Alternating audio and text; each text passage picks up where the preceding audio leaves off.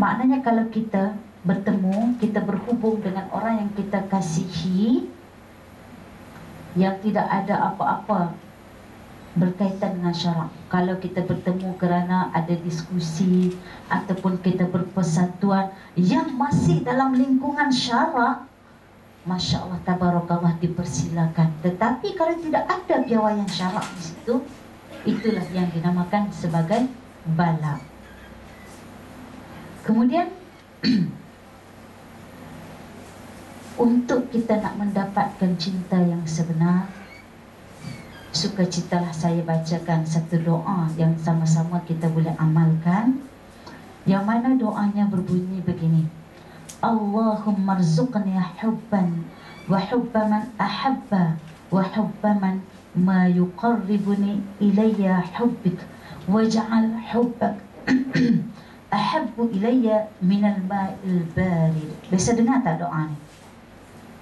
Kalau kita amalkan, insya-Allah kita akan dapat seperti mana apa yang kita inginkan berbetulan dengan syarak.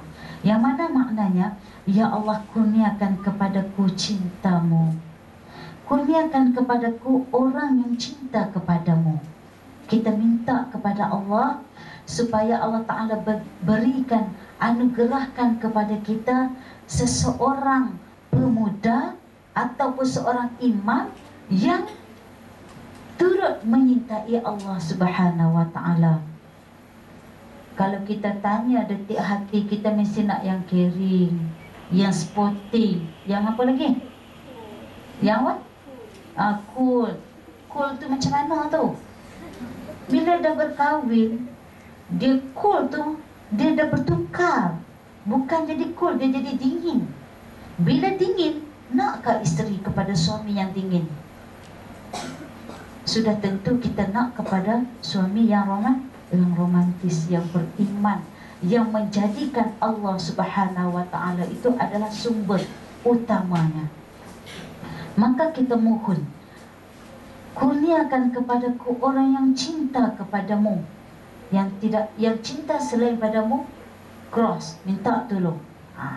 Kita tak nak orang yang tidak cinta kepada Allah, tapi hanya cinta kepada makhluk. Bagaimana seorang wanita ataupun seorang muda belia itu boleh menyintai makhluk sedangkan dia tidak pun mengenali Khaliqnya? Cuba kita fikir, dia nak menyintai seseorang lelaki ataupun lelaki menyintai seseorang perempuan, tetapi dia tidak mengenali pencipta kepada lelaki dan perempuan itu. Maka tidak sampai tahap cintanya yang sebenar. Maka jadilah seperti yang saya katakan tadi, cinta itu bersifat dangkal. Kemudian kurniakan cinta, kurniakan kepadaku cinta apa saja yang mendekatkan aku kepada cinta kepadamu. Kurniakan kepadaku apa sahaja, tak kiralah masyarakat kita, sahabat kita, bakal suami kita, guru-guru kita, yang mana mereka ini boleh mendekatkan cintaku kepada Allah. Nampak? Maknanya majlis ilmu juga adalah cinta yang boleh mendekatkan diri kita kepada Allah. Kalau kita nak memahami cinta yang sebenar, kalau kita sentiasa minda kita cari. Contoh, saya bagi satu contoh.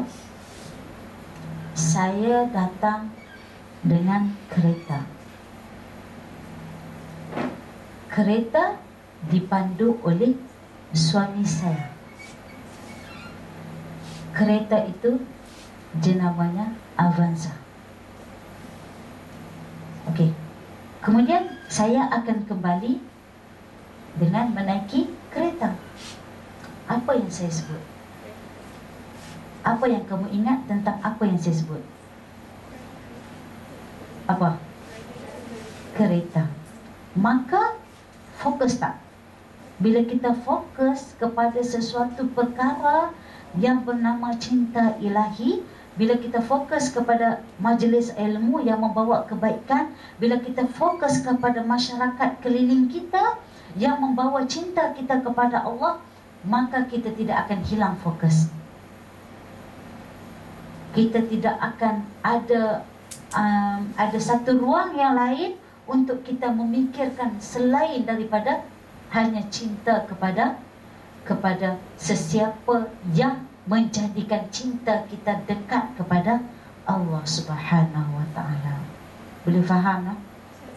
Ya. Tapi kan kadang-kadang kita hilang fokus.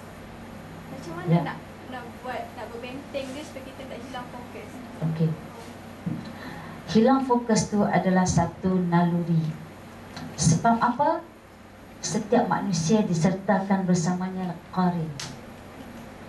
Qarin ini, kata ulama, selalu yang membawa kepada kejahatan, kecuali qarin Rasulullah sallallahu alaihi wasallam. Maka qarin yang mendampingi kita ini selalu membawa kita kepada keindahan dunia, hubbud dunia, membuatkan kadang-kadang kita hilang fokus. Itu adalah lumrah setiap manusia.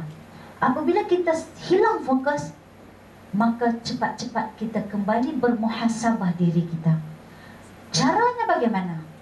Setiap kali sebelum kita tidur, kita fikir daripada start kita bangun sampai kita tidur tu apa saja yang kita telah lakukan, sama ada kita berbuat dosa ataupun kita buat pahala. Masya Allah, tabarakallah, akhirnya kita detect dosa kita. Aku hilang fokus hari ini sebab aku dilamar oleh seseorang lelaki. Bukan lamar dalam bentuk peminangan. Kalau peminangan, Masya Allah, boleh diteruskan. Tapi dilamar dalam bentuk SMS. Masya Allah, saudari, saya tengok saudari solehah sangat. So, saya nak cari pembimbing. Bolehkah kita nak bimbing seorang lelaki? Walaupun kita ni ustazah, walaupun bakal-bakal yang ada di hadapan bakal para pendakwah, tetapi kalau dia dapat seorang suami yang dikata tadi cool, kan? Cool tu dalam agama pun dia cool. Masya Allah, tabarakallah. Seorang isteri itu sebenarnya payah nak mendidik seorang suami. Sebab ego lelaki tidak sama dengan wanita. Sebagai satu contoh, ni pengalaman. Kita kata walaupun itu kalau dah kira ustaz tu, kita kata kalau kita nak menasihati suami, bukan tak boleh nasihat, boleh. Tetapi skillnya mesti ada. Dan skillnya bukan satu, skillnya kena banyak. Kena kita pecahkan sampai jadi satu skill yang cukup kecil, yang mana terlalu halus untuk mendekati suami kita. Walaupun kita sebenarnya ada peluang, kita dan suami ada peluang untuk nak bermuhasabah, bermuzakarah, tetapi kalau skillnya tak ada, Masya Allah, akan menjadi satu jurang yang cukup besar. Bila jurang itu mula membesar, mula makin merenggang, maka tinggallah ustazah sebagai ustazah, ustaz sebagai ustaz. Apatah lagi ustazah dengan orang biasa. Kalau ustaz lah sekali dia fikir juga apa yang dikatakan oleh isterinya. Masya Allah, tabarakallah. Tapi bila kita mula hilang fokus, maka kita kembali muhasabah kembali diri kita untuk kita mendapatkan balik jas ataupun tazkirah. Tazkirah itu dimaksudkan dengan peringatan demi peringatan. Tak semestinya dengan Al-Quran itu adalah yang terbaik. Dengan nasihat daripada teman itu juga yang terbaik, ataupun nasihat dalam majlis ilmu. Masya Allah, tabarakallah. Kemudian akhirnya doa yang terakhir, semoga cinta Allah itu lebih didambakan daripada seteguk air. Kenapa doa ini disebut lebih didambakan dari seteguk air? Maknanya seteguk air ini boleh menghilangkan dahaga. Kalau saatnya kita dalam suasana dahaga, macam saya sekarang, Minta maaf. Bismillahirrahmanirrahim.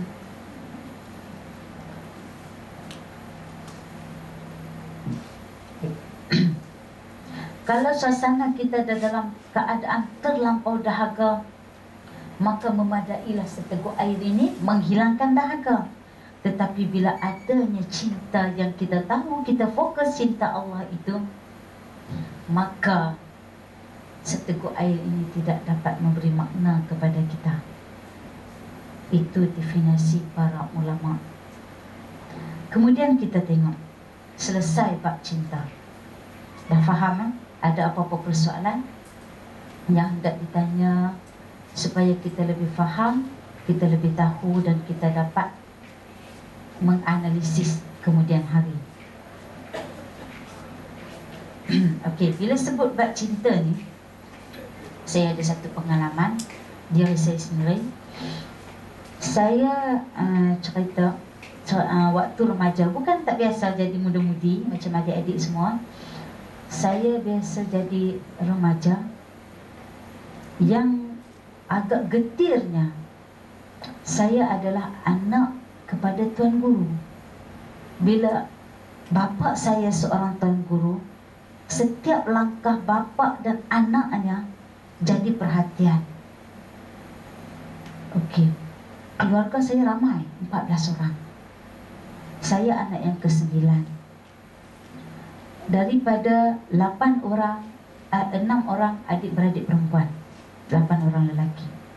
Bila saya sampai satu tingkat remaja, biasalah anak tuan guru kan, jadi perhatian.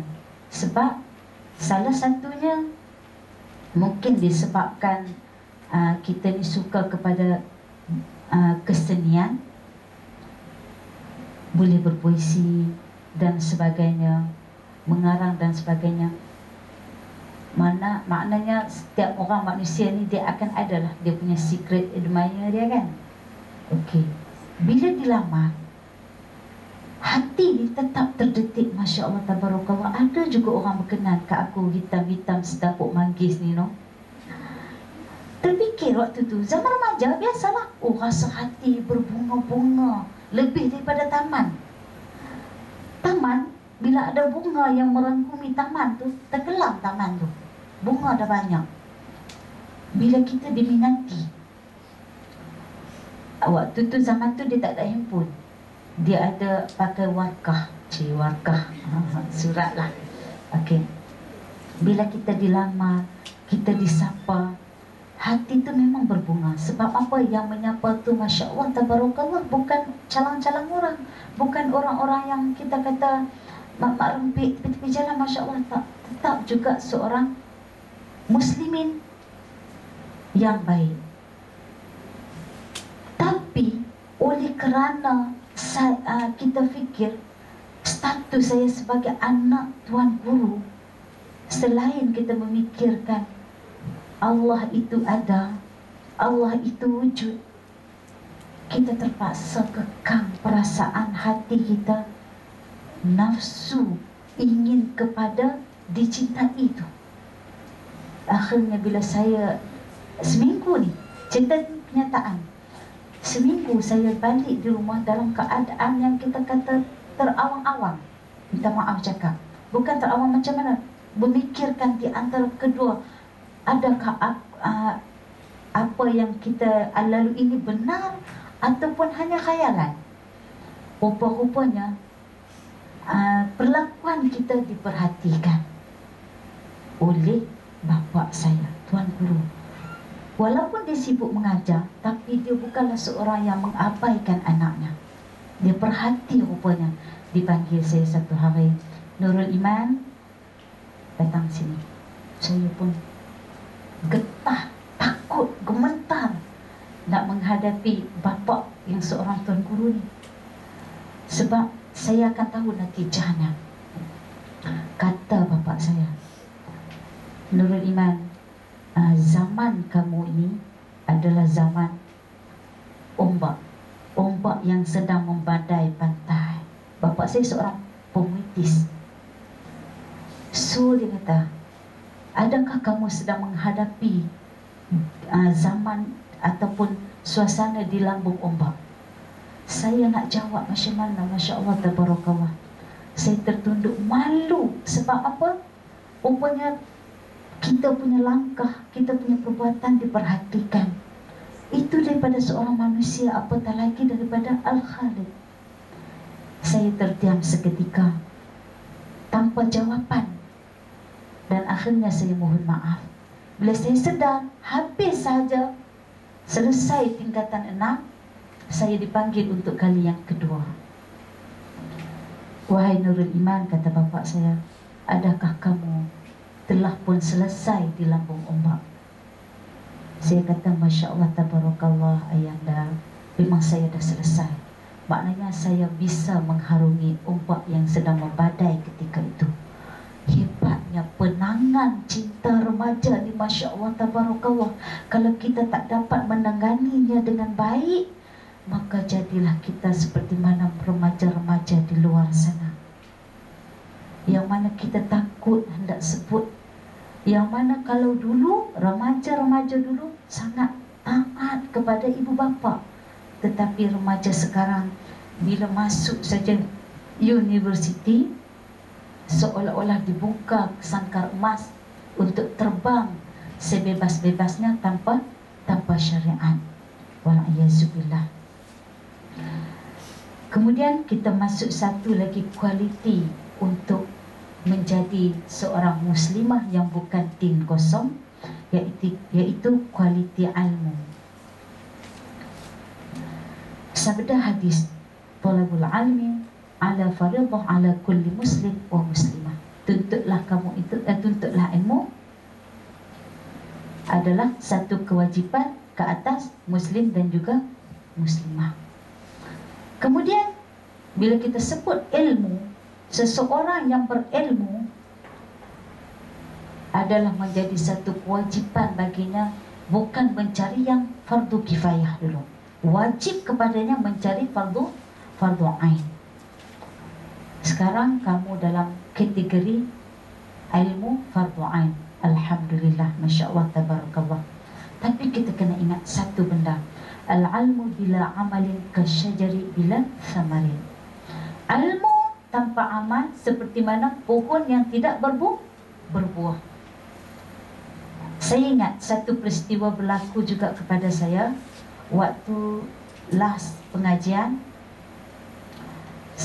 Kami dalam kelas diminta oleh guru untuk mencari semisal dengan al-ilmu bila amalin kasyajari bila samarin.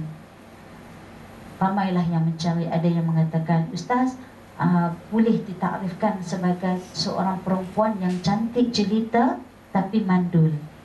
Ustaz tu kata, Masya Allah, tabarakallah, boleh juga. Tapi yang nakalnya daripada seorang pelajar lelaki, saya nak sebut pun tak berapa nak minat lah, tapi nakal sikit. Saya cakap bahasa Arab je lah, lepas tu terjemah sendiri lah.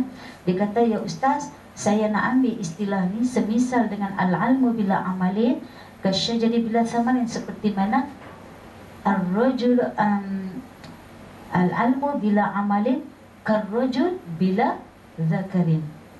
Masya Allah, tabarakallah. Nampak tak di sini dia berhujah pula, dikatakan bahawa betapa ilmu ni seperti mana lelaki yang gentleman. Kalau dia tak beramal dengan ilmunya, maka hilang gentleman kan. Ustaz tu dengar, oh ya, boleh terima. Nampak tak?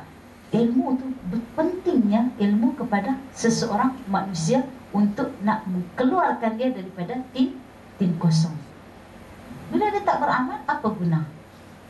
Kata ulama lagi, orang yang berilmu, dia memberi ilmu kepada orang seperti mana dia memberi makan kepada semua orang yang kelaparan.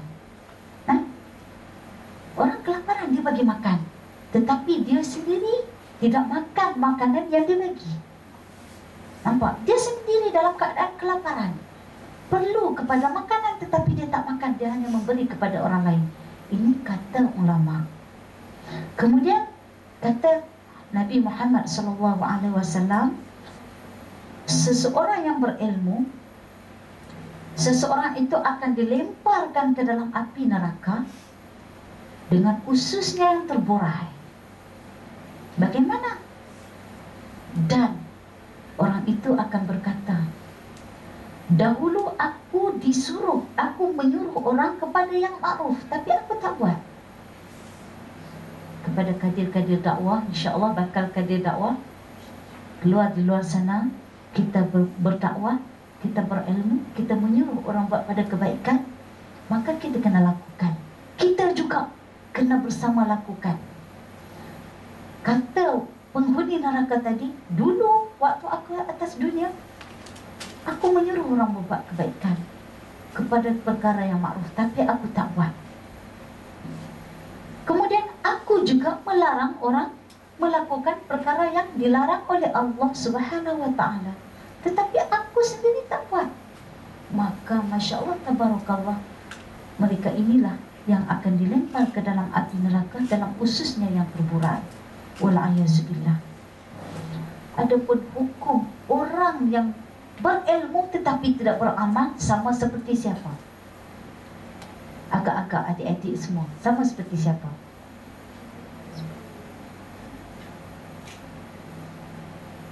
Sama seperti iblis laknatullah. Kerana apa? Kerana iblis sebelum Allah Ta'ala ciptakan Nabi Adam, Masya Allah, iblis adalah makhluk yang paling tinggi ilmunya, yang paling hebat darjatnya daripada malaikat. Tetapi apabila Allah Ta'ala sarankan untuk menjadikan Nabi Adam, untuk mencipta Nabi Adam, maka apa yang iblis pertikaikan di sini? Iblis pertikaikan daripada sentimen perkauman. Nampak? Iblis kata, aku dijadikan daripada api yang lebih hebat daripada yang bakal kamu ciptakan. Ketika mana Allah Ta'ala menyuruh iblis sujud kepada Nabi Adam. Kemudian bila iblis marah, iblis tidak ingin sujud kepada Nabi Adam, maka iblis buat apa kepada Nabi Adam dan Siti Hawa? Iblis promosi besar-besaran, iaitu bila Allah Ta'ala kata kepada Nabi Adam, ya Adam uskun anta wa zawjukal jannah wa kula minha ragadan haitsu syi'tuma wa la taqraba hadhihi syajarah fatakuna minaz zalimin. Duduklah wahai Adam, duduklah kamu bersama dengan isteri kamu, makanlah apa-apa sahaja yang ada di dalam syurga ni, tapi janganlah kamu dekat dengan pokok ini, pokok khuldi yang asalnya bukan nama khuldi tapi dinamakan muharramah, buah pokok yang diharamkan untuk dihampiri. Tetapi syaitan dia cerdik, tu dia kata dia berilmu, dia promosi bagai nakrak, dia buat, dia apa kita kata pun sale besar-besaran. Siapa yang hampiri pokok khuldi, dia tak sebut muharramah, dia sebut khuldi. Bila khuldi, tahulah kita bahawa pokok yang kekal selama-lamanya. Bila siapa yang hampiri pokok khuldi ni, siapa yang makan, dapat kekal dalam syurga selama-lamanya. Kemudian awet muda. Orang perempuan kalau sebut awet muda, Masya Allah, tabarakallah, semua nak. Betul tak adik-adik? Sekarang adik-adik rasa tak lagi, sebab masa masih muda lagi. Bila mai macam Ustazah nanti, datanglah produk apapun, rumpai laut ke, rumpai sungai ke, semua tu nak rasa. Sebab apa? Naluri wanita itu ingin sentiasa cantik setiap masa, dulu, kini dan selamanya. Tanpa sedar, isi makin kedut, rambut makin beruban. Maka bila iblis mewar-warkan, mempromosikan, orang kata benda-benda yang sikit tapi nampak hebat, maka tertariklah hati Hawa dan Adam. Akhirnya mereka pun makan buah khuldi, buah yang dilarang. Itulah penyebabnya kita untuk hadir ke dalam ke dalam dunia. Nampak di sini kita dapat lihat syaitan, iblis cukup berilmu. Hukumnya orang yang berilmu tapi tidak beramal dengan ilmunya, maka jadilah seperti mana iblis. Okey. Kemudian Al-Quran juga mengatakan, menggelarkan kepada orang yang tidak berilmu tapi tidak beramal, seperti mana disebut dalam surah Al-Jum'ah, seperti mana keldai yang membawa kitab yang banyak. Keldai, binatang yang bawa kitab tanpa tahu kitab dia banyak, Masya Allah, kalau dia baca lama dia beli, kan? Lama dia ada ilmu, tapi oleh kerana dia keldai. Orang yang berilmu tapi tidak beramal seperti mana keldai yang membawa kitab. Cek ataupun tengok dalam surah Al-Jum'ah. Kemudian kita lihat syaitan, dia lebih mudah menggoda orang yang hanya beramal tanpa ilmu. Hebat orang berilmu ni, tapi syaitan lebih mudah menggoda orang yang beramal tanpa dengan ilmu. Contohlah, kalau kita buat amalan tanpa kita berilmu, kalau di segi syariat, di segi syariahnya, sampai tak amalan kita, sudah tentu ditolak. Sebab tidak ada dalil, tidak ada ijma' qiyas, tidak ada ijtihad dan sebagainya. Semua ini tertolak. Maka bila kita beramal tanpa ilmu, syaitan lebih mudah menghasut. Seperti mana berlaku kepada seorang abid. Bisa dengar kan, seorang abid yang dia benar berkobar-kobar nak potong pokok tu. Akhirnya syaitan tipu dan dia pun mengalah di situ. Kemudian syaitan ni, kita jangan lupa, syaitan ni dia akan memberi kepada kita 99 kebaikan, yang mana dia akan pastikan yang ke-100 itu kita akan bersama dengan dia, kita akan tumbang. Wal'ayazubillah. Saya ada satu kisah yang saya baca daripada kitab Talbisul Iblis, kisah Abdullah Umi Maktum. Ingat, sahabat yang buta, yang mana Abdullah Umi Maktum ini adalah seorang sahabat yang buta yang biasa bertanya kepada Rasulullah sallallahu alaihi wasallam, "Ya Rasulullah, aku ni buta. Adakah aku ni diwajibkan juga untuk berjemaah, solat berjemaah?" Kata Rasulullah, "Kalau itu keadaan kamu memayahkan kesulitan kamu untuk datang ke masjid, maka tak wajib." Tapi bila Abdullah Umi Maktum bangun saja daripada tempat duduknya untuk pulang ke rumah, tiba-tiba Rasulullah tanya, "Ya Abdullah, adakah kamu mendengar laungan azan? Rumah kamu tu, bila kamu duduk di rumah kamu tu, kamu dengar tak? Kan? Apabila azan berkumandang." Kata Abdullah ibnu Umi Maktum, "Ya Rasulullah, aku mendengar. Kalau begitu kamu wajib." Maka hari-hari Abdullah Umi Maktum pun datang ke masjid. Satu hari, biasa orang buta datang dalam keadaan teraba-raba. Satu hari bila dia sedang dalam perjalanan ke masjid, dia raba-raba dengan tongkat tu, kemudian terjatuh. Tiba-tiba ada seseorang yang mengangkatnya. Masa dia terjatuh, kata Abdullah Umi Maktum, "Astaghfirullahalazim." Kemudian ada seseorang yang mengangkatnya. Kata seseorang itu, "Ya Abdullah, mulai hari ini kamu jangan risau. Akulah yang akan bawa kamu pergi dan kembali ke masjid." Maka rutin hariannya diambil oleh seseorang yang tidak dikenali, dibawa ke masjid, kemudian dihantar ke rumah. Akhirnya setelah berlalu beberapa hari, kita kalau orang tolong kita, kita nak kenal, kan? Kita nak kenal, kita nak tahu siapa sangat yang baik hati ni, tolong aku ni, siapa sangat yang selalu sangat hantar bunga ni. Contoh, siapa sangat yang selalu kejutkan aku waktu tahajud tu.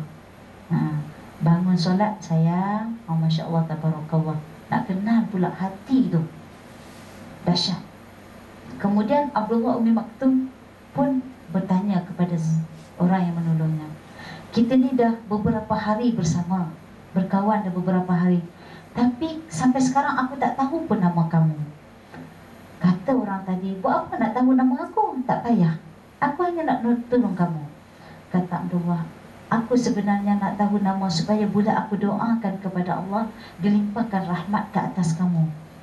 Kata orang tadi, "Sebenarnya aku tak berminat pun dengan rahmat Allah. Aku tak nak dengan rahmat Allah."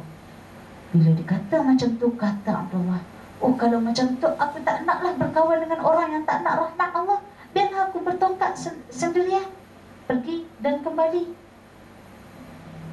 Kata kawan tadi, kalaulah kamu betul-betul tak nak berkawan dengan aku lagi, maka aku akan kenalkanlah siapa diri aku. Nama aku adalah Iblis.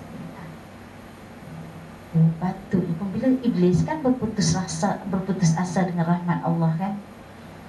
So kenapa kamu tolong aku? Kata Allah, tolong pada perkara yang baik pula. At-ta'awun 'alal birri wat taqwa. Kemudian kata Iblis tadi, masa kamu datang ke masjid, kamu terjatuh bila kamu kata dengan lafaz astaghfirullahalazim, aku tahu malaikat telah memohon keampunan kepadamu, kepada Allah, dan Allah Ta'ala telah mengampunkan dosa kamu separuh. Aku risau jika kamu jatuh untuk kali kedua dan ketiga, kamu akan ucap lafaz yang sama, maka dosa kamu yang separuh itu dah selesai semuanya. Teruklah aku nak buat kerja. Nampak tak? Dia bagi kepada kita 99 kebaikan, tetapi dia pastikan yang ke-100 itu kita tumbang bersama dengannya. Masya Allah, tabarakallah. Seperti mana berlaku kepada Syekh Abdul Qadir Jailani, yang tertidur sehingga ke subuh. Biasanya dia bangun pada pukul 3.30 tahajud, bangun tahajud. Tapi satu malam Syekh Abdul Qadir Jailani tidur hingga ke subuh, tidak sedar. Bila azan subuh berkumandang saja, dia digerak oleh iblis. Kata Syekh Abdul Qadir Jailani, kenapa aku gerak? Kamu gerakkan aku pada waktu subuh, sedangkan kamu tahu, peranan kamu tu selimut lagi manusia pada waktu subuh. Kata iblis, kalaulah kamu tinggalkan fardu, kalau kamu tinggalkan sunat, fine, aku tak mengapa-ngapa, aku tak kisah. Tetapi kalau kamu tinggalkan waktu subuh, waktu yang difardukan Allah kepada kamu, aku khawatir kamu akan menambahkan lagi amalan taubat nasuha dan solat yang lain, boleh menyebabkan aku keletihan dalam menggoda kamu. Nampak? Dia memberikan kepada manusia tu banyak kebaikan, tetapi dia pastikan yang 100 tu kita berada dalam ilat tahlukah, dalam kebinasaan. Itu syaitan. Kemudian begitu juga dengan wanita yang tidak tingkosong, wanita yang penuh dengan ilmunya di dada. Dia tidak mudah terpedaya dengan godaan-godaan daripada syaitan, godaan-godaan daripada kaum lelaki yang bukan lagi sebagai suaminya. Kerana apa? Walaupun pakaian kita sudah menutupi syariat, kemudian tapi masih lagi kita ni dilamar ataupun diminati dan sebagainya, kita masih ada landasan, kita masih ada piawaian syariat, sama ada untuk kita ke depan lagi atau kita tetap pendirian dengan diri kita sebagai seorang muslimah. Dan yang ketiganya iaitu kualiti ikhtilatmu, wahai wanita. Apa yang dimaksudkan dengan ikhtilat ni? Bila kita sebut ikhtilat saja, ada dua jenis ikhtilat yang berlaku pada zaman kita hari ini. Tapi kita kena faham dulu, asal ikhtilat tu haram.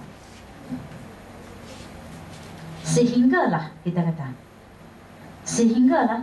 kerana kalau kita tengok ikhtilat yang disebabkan haram tu, apabila bercampurnya lelaki dan wanita, ada percampuran di sana dalam bentuk majlis ke, dalam bentuk parti ke, dalam bentuk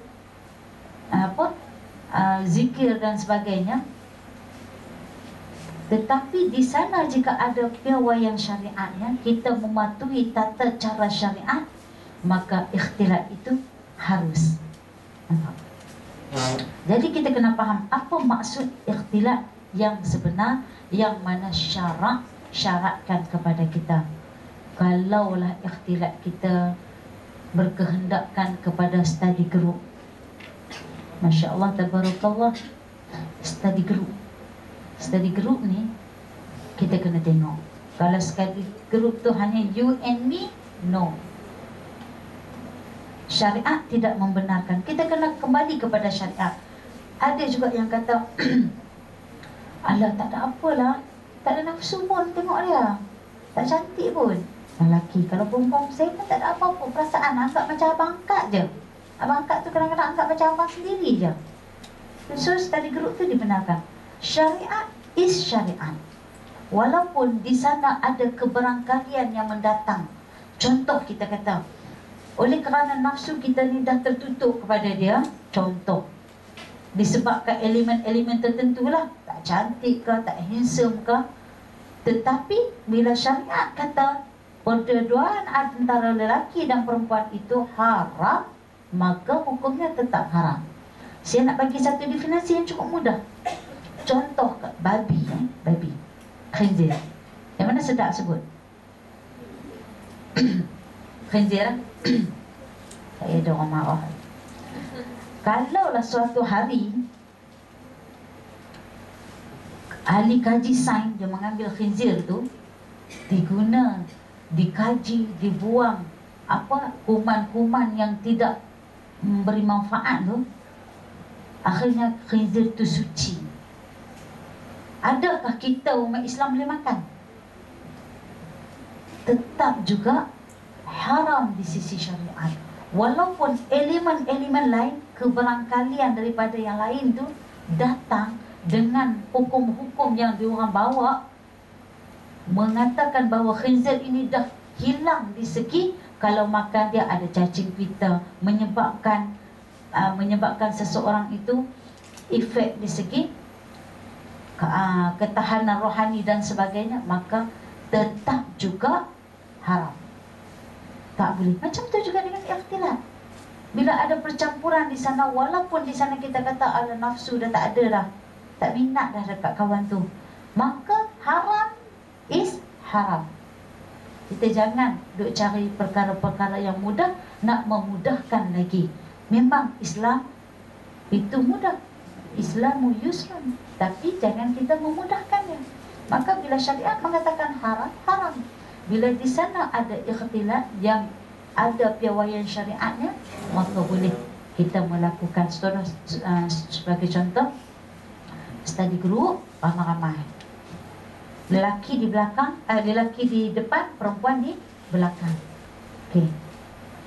Kemudian bila ada lagi percampuran, contoh macam dalam universiti sekarang ni lah, bila ada percampuran, bukan sebagai satu tiket untuk kita nak membebaskan ikhtilat kita. Kalau kita bersama dengan ibu bapa, Masya Allah, masa tu kita jaga semua ikhtilat kita. Dengan abang ipar kita jaga, dengan mahram dia orang ajnabi di luar kita jaga. Tapi bila kita datang ke universiti, kita tak jagalah ikhtilat kita pun entah ke mana.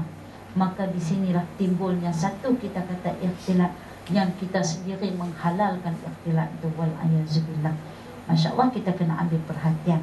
Sebab Yahudi Barat dia cukup seronok. Mereka membudayakan ikhtilat yang mana bila ada percampuran lelaki dan perempuan yang tidak ada syariat di sana, mereka kata is okay. Itu tak ada menjadi permasalahan. Memang kita punya budaya macam tu, kita pun pegang dengan budaya mereka. Maka jadilah kita kata para pensyarah-pensyarah, doktor-doktor setiap tahun terima cucu. Wala'ayazubillah, cucu yang tak sah taraf. Disebabkan ikhtilat yang kita ringankan hubungan di antara lelaki dan perempuan. Sebab di sana ada piawaian syariatnya yang mengatakan, Quran juga mengatakan la taqrabuz zina, jangan kamu mendekati zina, innahu kana fahishatan wa sa'a sabila. Janganlah kamu mendekati zina. Yang maksud mendekati zina tu bukan dah berlaku satu hubungan badan, hubungan biologi tu baru dikatakan zina, tidak. Mendekati zina seperti mana disebut dalam hadis Nabi Muhammad SAW, tertulis ke atas anak Adam itu satu bahagian daripada zina yang tidak dapat dielakkan, iaitu kedua matanya. Zinanya ialah pandangannya. Bermula dengan mata, boleh turun ke hati, itu kata ulama. Dari mata turun ke hati. Dari hati turun ke nafsu. Masya Allah, tabarakallah, wal'ayyuzubillah. Kata Nabi Muhammad lagi, kedua telinganya, zinanya ialah pendengarannya.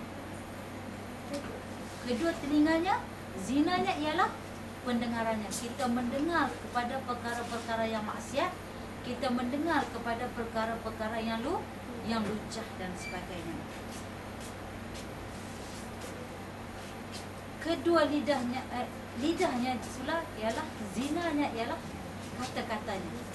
Kita melafazkan kata-kata yang sepatutnya, kata-kata yang lucah, sama ada kita bersembang di telefon dan sebagainya, atau kita bersembang dengan lawan jenis kita dengan perkara-perkara yang lucah, maka itu adalah permulaan daripada zina. Kedua tangannya, zinanya ialah sentuhannya. Maknanya kita sentuh perkara-perkara yang diharamkan oleh syarak. Dan akhir sekali, kedua kakinya, zinanya ialah keinginan syahwatnya yang jahat. Ini semuanya bermula daripada mata, akhirnya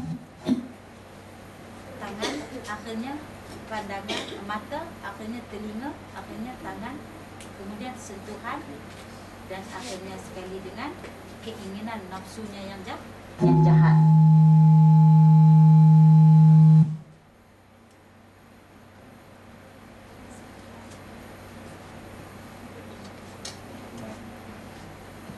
Kita take 5 lah.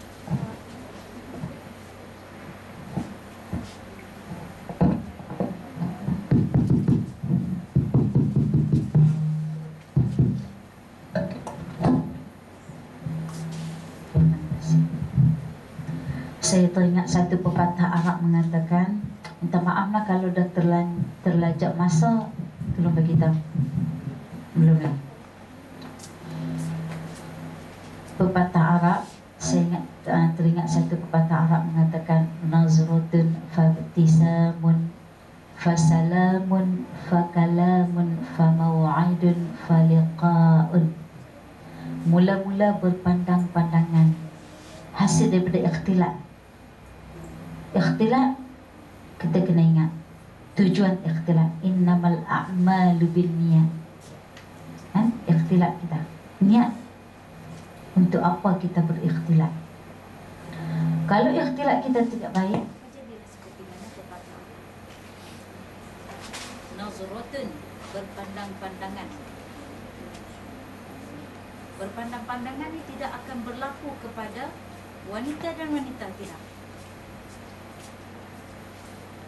Dia tidak ada daya magnet di situ.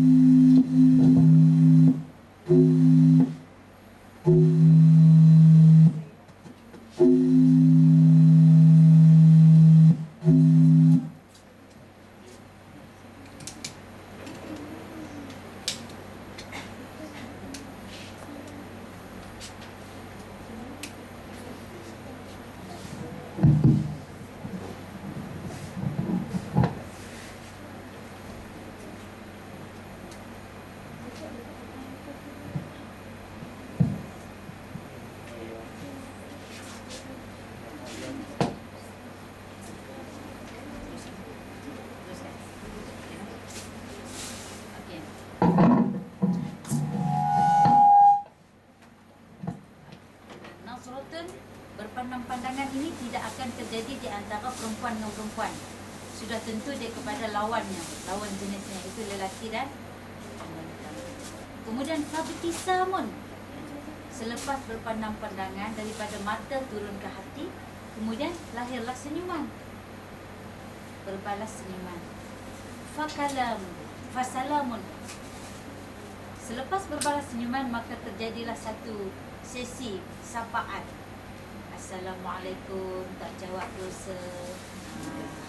Bila main satu sesi bersapa-sapaan ini, fakalamun, akhirnya jadilah sesi dialog, bercakap-cakap di luar ikhtilat. di luar ikhtilat yang disyar'ikan. Contohnya bila kita cakap yang tidak ada apa-apa makna. Cakap yang tidak apa-apa. Contoh,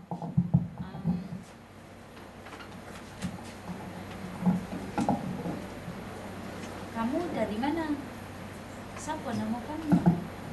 Ada sesi taruh pula di situ. Maka bila datang fakalamun, bercakap-cakap, menceritakan perihal masing-masing, famau'idun, bila dah kembali ke tempat masing-masing, bertukar nombor telefon dan sebagainya, maka satu lagi sesi dialog berlaku, iaitu famau'idun, berjanji untuk kembali bertemu. Hari tu masa jumpa hari tu tak puas hati lagi lah, nak jumpa lagi, maka jadi sesi berjanji untuk bertemu. Faliqa'un, datang satu masa yang disesuaikan, maka jadilah satu